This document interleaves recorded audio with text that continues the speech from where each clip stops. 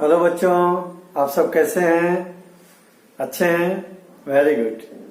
बच्चों, आज हम लोगों का हेरिडिटी एंड इवोल्यूशन चैप्टर का पार्ट 2 है, यानी सेकंड पीरियड हम लोगों का। आज हम लोग बात करेंगे मेंडल्स के एक्सपेरिमेंट के बारे में। मेंडल्स के बारे में मैंने बताया था आपको। John Mendel, he was the simply a farmer, यानी अ गार्डनर। एक गार्डनर थे वो, और उनको पेड़ पौधों में बहुत शौक था। उनके गार्डन में पी प्लांट ज्यादा ग्रो करते थे वो लोग। मटर के पौधे, खाने वाली मटर, उसको ग्रो करते थे वो। तो उनके मन में, उनके गार्डन में कुछ पी प्लांट बहुत लंबे होते थे, कुछ बहुत छोटे होते थे। तो बच्चों, उनके मन में एक बार जिज्ञासा आई कि अगर मैं इन लंबे वाले पौधों का और छोटे वाले पौधों का आपस में एक के पॉलन ग्रेन ले जाके दूसरे में डालता हूं, तो हो सकता है मेरे को जो बीज मिलेंगे उनको उगाऊंगा तो मुझे मीडियम साइज के प्लांट मिलेंगे। पहली जिज्ञासा उनके मन में यही है। फिर से सुन लें। उनके गार्डन में कुछ पौधे ऐसे थे जो उसका बीज जब भी बार बार बोते थे हमेशा टाल ही होते थे, और कुछ पौधे एकदम छोटे थे, उनके बीज को जब जब बोते थे बार बार तो हमेशा शॉर्ट ही रहते थे। तो उनके मन में जिज्ञासा आई कि दोनों का अगर मैं क्रॉस पॉलिनेशन करा दूं। एक्चुअल में पी प्लांट में 100% सेल्फ पॉलिनेशन ही पॉसिबल है। कारण उसके जो मेल और फीमेल ऑर्गन होते हैं फ्लावर के अंदर, वो पेटल से कवर होते हैं। कोई भी इंसेक्ट उनके पॉलन ग्रेन को टच नहीं कर पाता, क्योंकि पेटल उसको कवर करके रखता है। तो अंदर ही अंदर उनका सेल्फ पॉलिनेशन होता है। इसलिए हमेशा वो टाल प्लांट ही बनते थे। तो उनके मन में जिज्ञासा आई कि मैं टाल और शॉर्ट का क्रॉस करा दूं, हाइब्रिडाइजेशन करा दूं, एक के पॉलन ग्रेन लेकर के दूसरे फूल के पॉलन ग्रेन पे स्टिग्मा पे डाल दूं, तो उससे जो पौधे बनेंगे वो मीडियम बनेंगे। लेकिन बच्चों, आपको जान के ताज्जुब होगा, उन्होंने एक्सपेरिमेंट किया, लेकिन पहली जनरेशन में जो पौधे बने वो सारे ही टाल ही हुए। तो मेंडल को बहुत निराशा हुई, वो अपने एक्सपेरिमेंट से खुश नहीं हुए। उनको लगा कि जैसा मैं सोच रहा था ऐसा कुछ भी होता नहीं है। लेकिन आप ताज्जुब करोगे, जो उन्होंने बीज रखे थे उस F1 जनरेशन के पौधों के, उसको जब अनमने ढंग से खेत में अगली बार बोना ही था, बो दिया, तो फिर उनमें जो पौधे उगे उनको देख करके उनके आश्चर्य का ठिकाना नहीं रहा।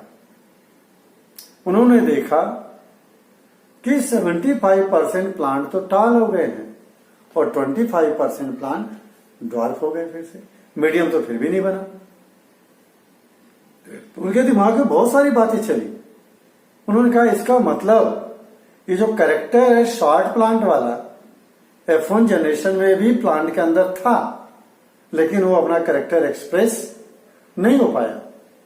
केवल टाल प्लांट का ही कैरेक्टर एक्सप्रेस हुआ, और F2 जनरेशन में ये फिर से एक्सप्रेस हो गया।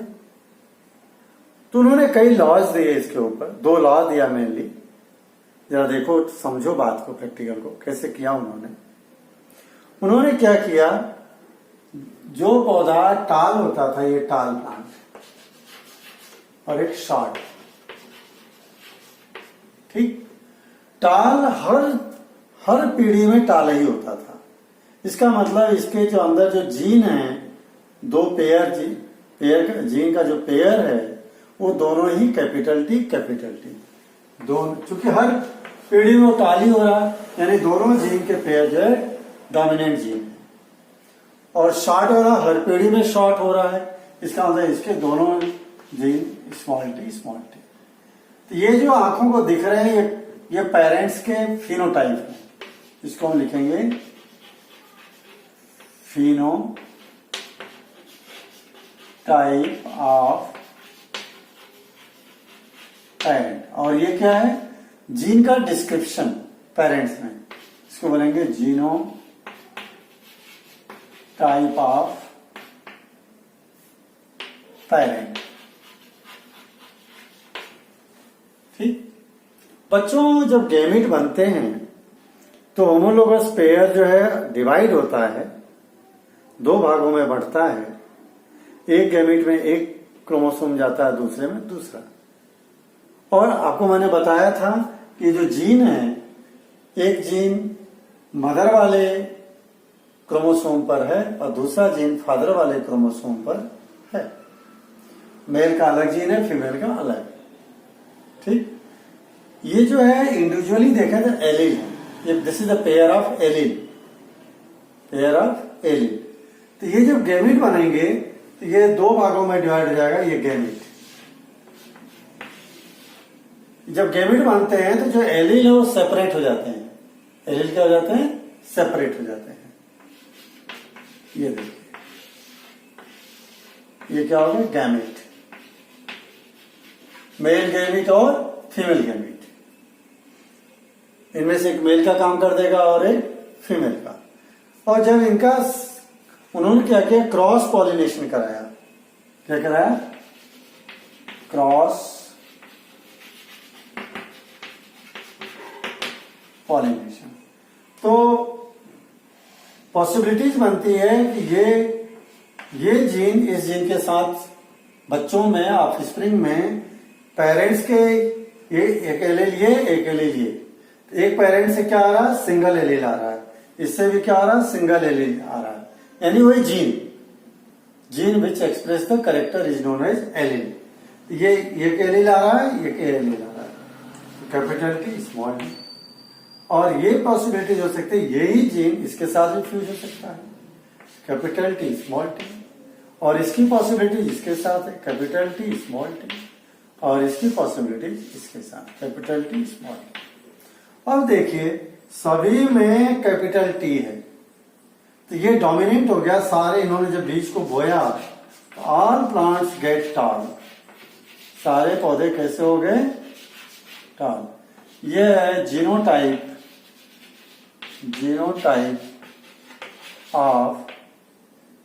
Of spring. जो बच्चे हैं या हाइब्रिड, इसको हाइब्रिड भी कहेंगे, क्रॉस पॉलिनेशन से जो बना है दैट इज द हाइब्रिड। तो जीनोटाइप ऑफ हाइब्रिड भी लिख सकते हैं। और ये फिनोटाइप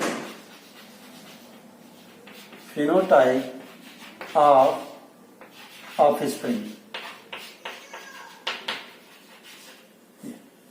मतलब ये जीनोटाइप मतलब जीन के डिस्क्रिप्शन, सेल के अंदर जीन कैसे हैं ऐसे हैं। फिनोटाइप मतलब जो आंखों को विजिबल कैरेक्टर हो रहा है इस जीन के वजह से, that is the phenotype.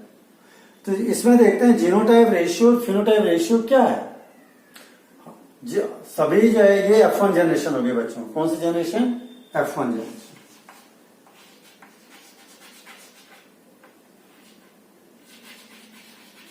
First generation कौन सी? First generation. ठीक है। तो फर्स्ट जनरेशन में जीनोटाइप रेशियो क्या है? All genotypes are similar, 100% capital T small T.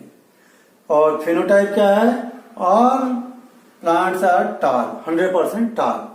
तो यहां लिखेंगे जीनोटिपिक, यहां लिखता हूं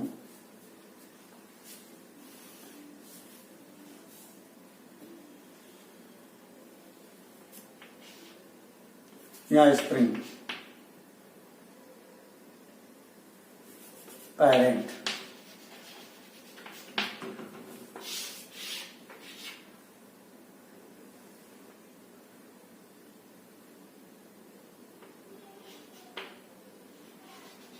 जीनोटाइप रेशियो, जीनोटाइप रेशियो क्या हो रहा है?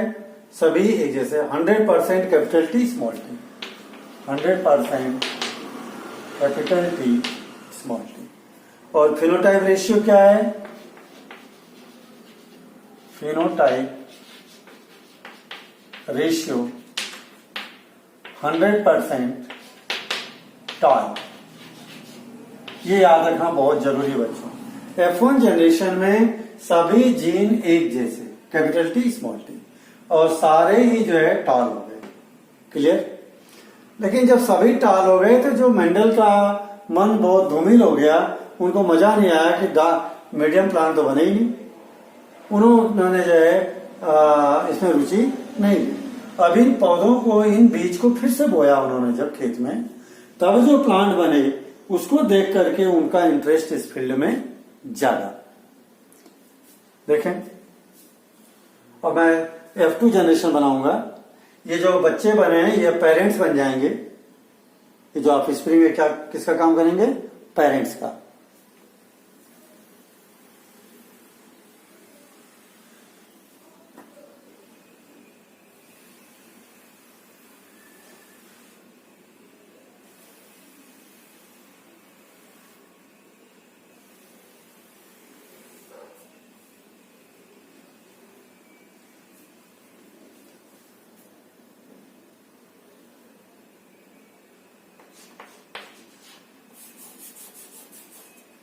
Capital T small T, capital T small T, ये है गैमेट जो बनेंगे capital T small T, capital T small T. अब यहां ये genotype of parent, genotype of parent, और ये तो गैमेट हुए।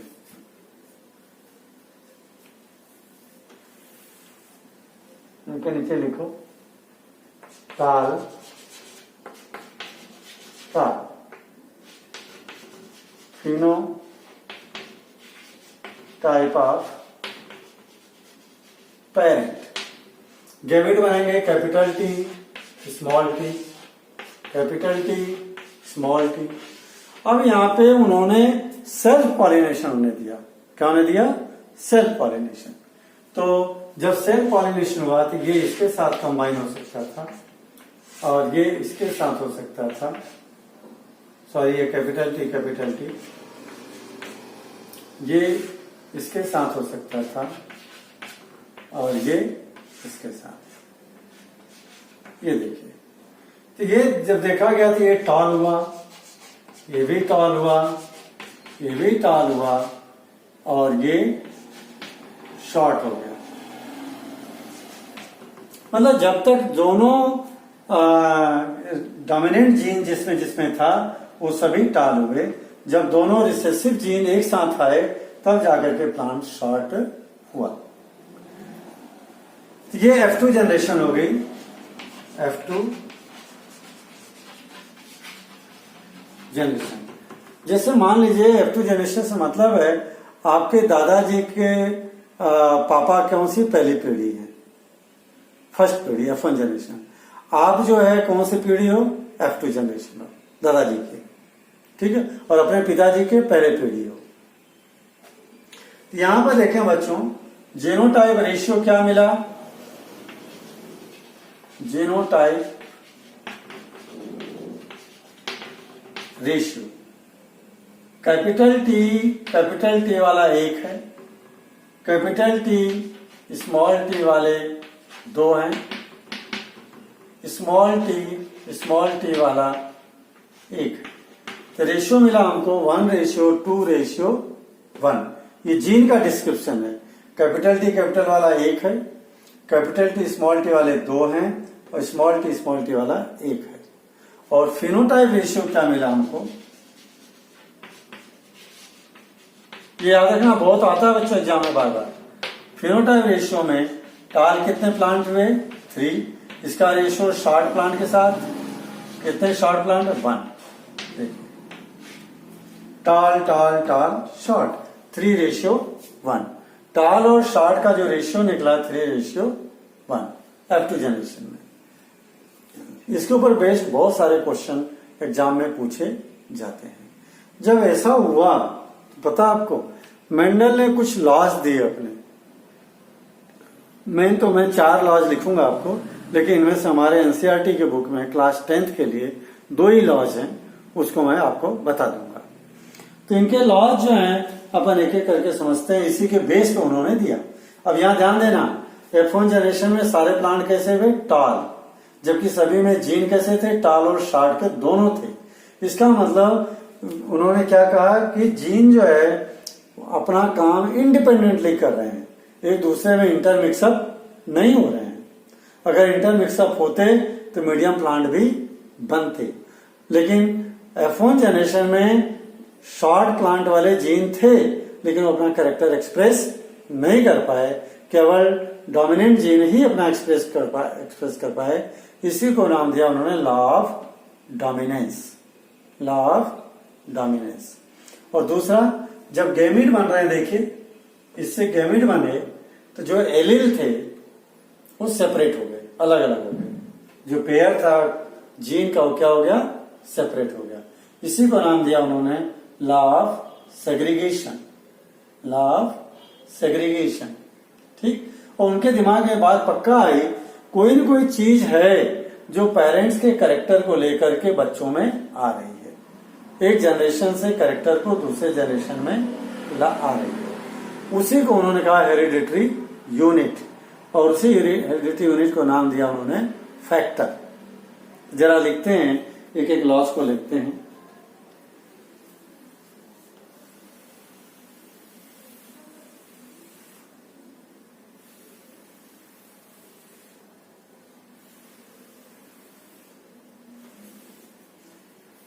बच्चों, चूंकि मैंने एक सिंगल कैरेक्टर लिया था हाइट का, इसलिए ये जो एक्सपेरिमेंट कहला रहा है मोनो हाइब्रिड इनहेरिटेंस।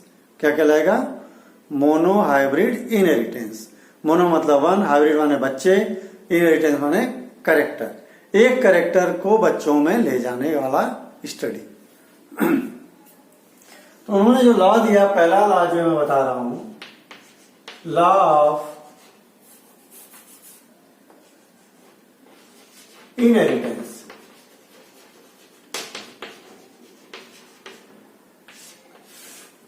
इनहेरिटेंस मतलब एक पीढ़ी से दूसरी पीढ़ी में कोई चीज जाना। तो इसके अलावा क्या है, according to this law, according to this law, characters यानी trait are transferred from one generation to next generation by means of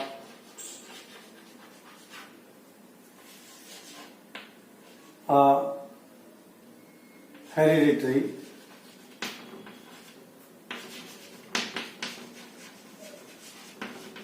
unit known as factor।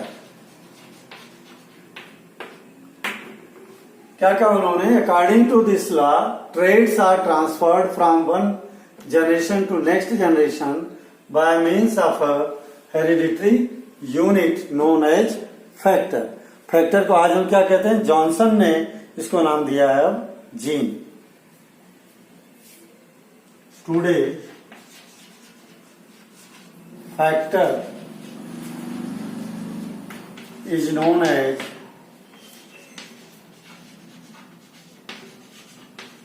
आज हम इसको क्या कहते हैं, जीन। ठीक, दूसरी जो लॉ आ रहा है, law of dominance, law of dominance. उन्होंने जब देखा कि सारे जो प्लांट्स थे F1 जनरेशन में सारे ही टॉल हो गए, इसका मतलब डोमिनेंट जीन F1 जनरेशन में क्या होगा, हावी रहेगा, एक वो उसके ऊपर हावी रहेगा, यानी वही कैरेक्टर एक्सप्रेस होगा। इसी को ला दिया law of dominance. According to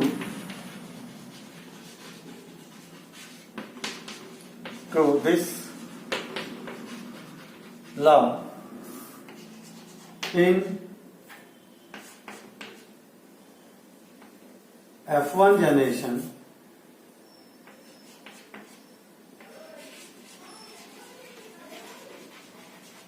only dominant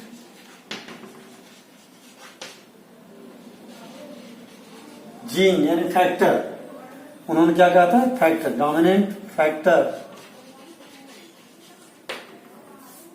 will express यानी शो करना it's character. According to this law, in F1 generation, only dominant gene, dominant factor will express its character. बच्चों ये दोनों लॉ हमारे एनसीईआरटी की बुक में clear cut में नहीं दी हुई है.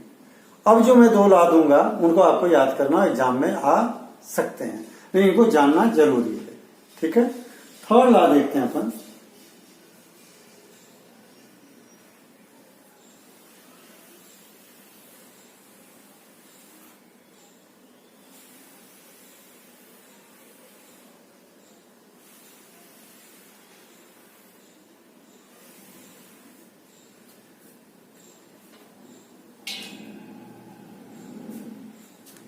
थर्ड लॉ में देखा, जब गैमीट बन रहे थे तो जो जीन का पेयर है वो अलग अलग हो गया. पेरेंट से एक मेल से एक जीन आया, दूसरे से दूसरा जीन आया, और इंडिविजुअल में बच्चे में फिर से वापस पेयर बन गया. तो ये जो है जीन का एलील का सेपरेट होना ही को ला दिया उन्होंने law of segregation.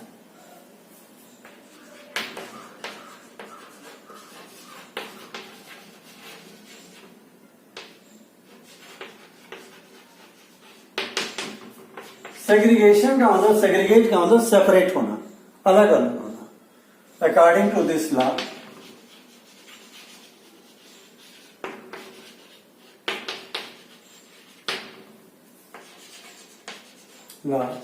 During the formation of gamete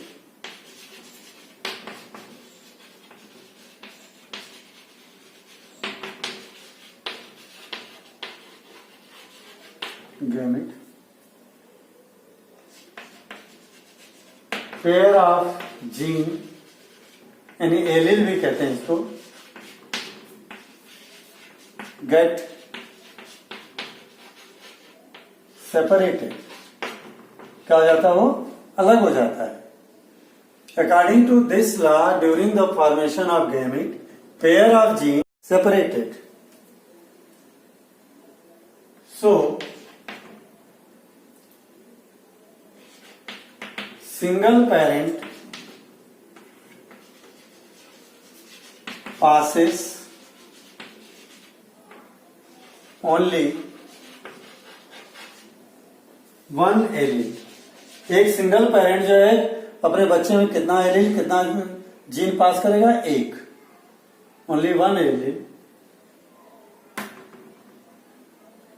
thus offspring an individual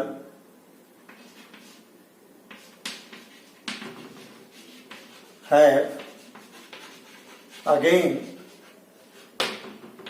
a pair of allele.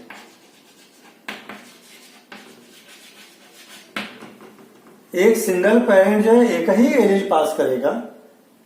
ठीक, तो दो पेरेंट्स हैं, एक मेल और एक फीमेल, तो दोनों से जब आएंगे वापस बच्चे में, तो बच्चे में वापस एक पेयर एलील का बन जाएगा. और ये क्रम चलता ही रहता है हर पीढ़ी में.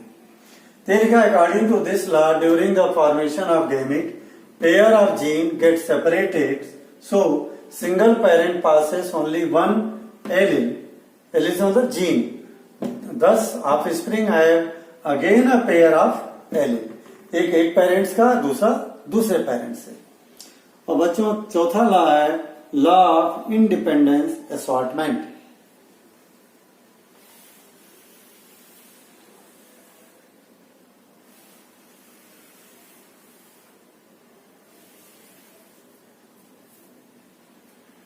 लॉ ऑफ इंडिपेंडेंस असॉर्टमेंट से मतलब है उन्होंने देखा कि जब F1 जनरेशन में सारे प्लांट टाल है तो F2 में वापस शॉर्ट आ गए। इसका मतलब जो जीन काम कर रहे थे इंडिपेंडेंटली काम कर रहे थे। डोमिनेंट जीन अपना कैरेक्टर एक्सप्रेस कर दिया लेकिन रिसेसिव जीन के साथ मिक्सअप नहीं हुआ।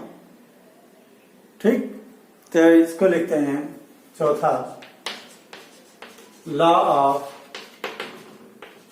Independent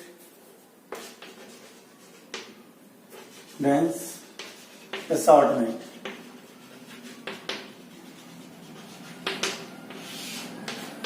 law of independence assortment is according to this law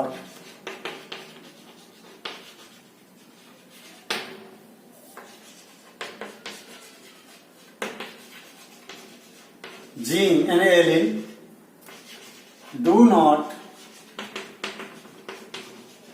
intermingle से मतलब mix up, do not intermingle, they work independently, वो अपना इंडिविजुअली काम करते रहते हैं। So in F1 generation there was no short point,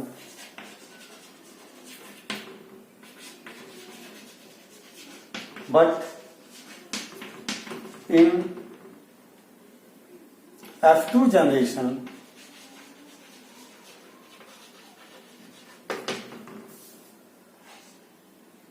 short plant appears again। F1 generation में कोई भी शॉर्ट प्लांट नहीं था लेकिन F2 में वापस अपीयर हो गया। इसका मतलब जो जीन है इंडिविजुअली काम कर रहे हैं। ठीक है, ये चौथा ला दिया। बच्चों थर्ड और फोर्थ ला हमारे 10th क्लास के हिसाब से बहुत जरूरी है करना, ये एग्जाम में आ सकते हैं। एनसीईआरटी के बुक में इन्हीं दोनों लॉ के बारे में डिस्क्रिप्शन है। अब एक क्वेश्चन बहुत ही इंपॉर्टेंट एग्जाम में एक बार 3 नंबर का आया था। Why Mendel selected pea plant for his experiment? उन्होंने मटर के ही पौधे एक्सपेरिमेंट के लिए क्यों लिया? बच्चों उसके पीछे कई रीजन था। एक तो ये था कि जो पी प्लांट है उसका लाइफ स्पॉन, पूरा जीवन साइकिल बहुत छोटी होती है। 3 से 4 महीने में पौधा उगता भी है, फूलता फलता भी है और मर भी जाता है। तो इस तरह से साल भर में हम लोग 3 बार प्लांट को उगा सकते हैं। तो मेंडल ने 3 बार उगा करके उस एक्सपेरिमेंट को कर सकता था। दूसरा, इसमें 100% सेल्फ पॉलिनेशन ही होता है जब तक कि क्रॉस पॉलिनेशन आप करवाओ नहीं। फूलों, चिड़ियों से, पक्षियों से, इंसेक्ट से क्रॉस पॉलिनेशन नहीं होता है, वो ह्यूमन बीइंग ही करवा सकता है। क्योंकि उसको मैंने बताया था कि जो उसको मेल और फीमेल प्रोडक्टिव ऑर्गन है पेटल से कवर्ड होते हैं ऐसे। ठीक, वो इंसेक्ट के या बर्ड के टच में नहीं आते हैं। और ये जो पौधा है it can survive in any climate, हर जगह ये होता है। केरल में भी पैदा होगा, राजस्थान में भी होगा, जम्मू कश्मीर में भी होगा। वाइडल सर्वाइवल रेंज है इसका। ठीक, और इसके जो कैरेक्टर्स हैं, फूलों का कलर, बीज का शेप, प्लांट की हाइट, क्लियर कट फीचर्स हैं इसके। तो ये 4 रीजन से जो उन्होंने इसको सिलेक्ट किया था। इस क्वेश्चन को लिखते हैं,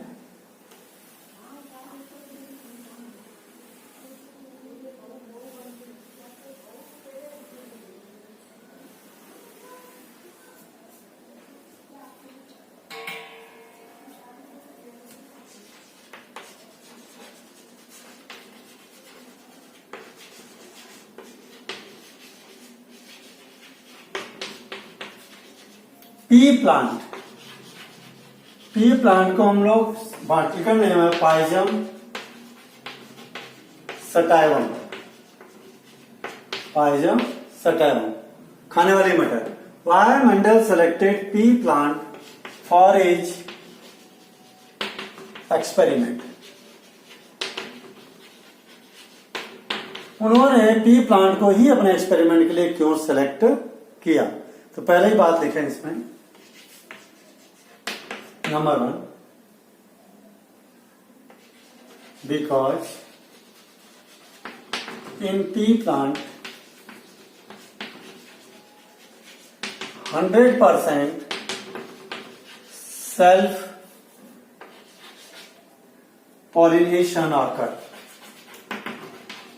इसमें 100% जो है सेल्फ पॉलिनेशन ही होता है। दूसरा,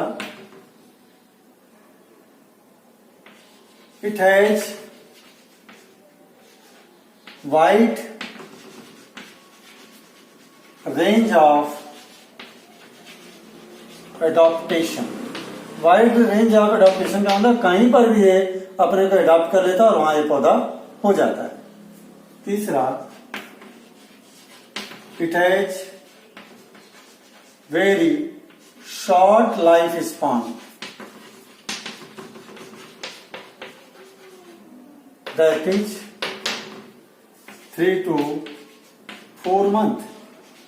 3 से 4 महीने की ही इसकी लाइफ स्पैन है। और चौथा, it has clear cut features. Feature मतलब character, like height, shape of seed, colour of seed and flower. ये सब जो फीचर्स थे इसके बहुत ही क्लियर कट थे बच्चों, ठीक है, सीड एंड फ्लावर्स। तो ये एग्जाम में 4 पॉइंट आपको देने हैं। इनमें से सबसे पहले आप 2 पॉइंट ये और चौथे नंबर वाला ये पहले दोनों लिखना, ये पीछे से लिखना। तो ये 4 रीजन हो गए कि उन्होंने पी प्लांट को ही क्यों सेलेक्ट किया था। अब हमारा 1 पीरियड और लगेगा बच्चों, जो टॉपिक हमारे सिलेबस है उसको कंप्लीट होने में। ओके बच्चों, हैव ए गुड डे।